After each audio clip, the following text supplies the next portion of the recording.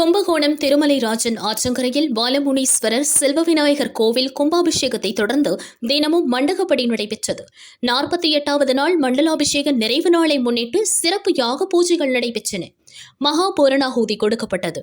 சுவாமிக்கு சிறப்பு அபிஷேக அலங்கார ஆராதனைகள் நடைபெற்றன. அன்னதானம் வழங்கப்பட்டது. திரளான பக்தர்கள் சுவாமி தரிசனம் செய்தனர்.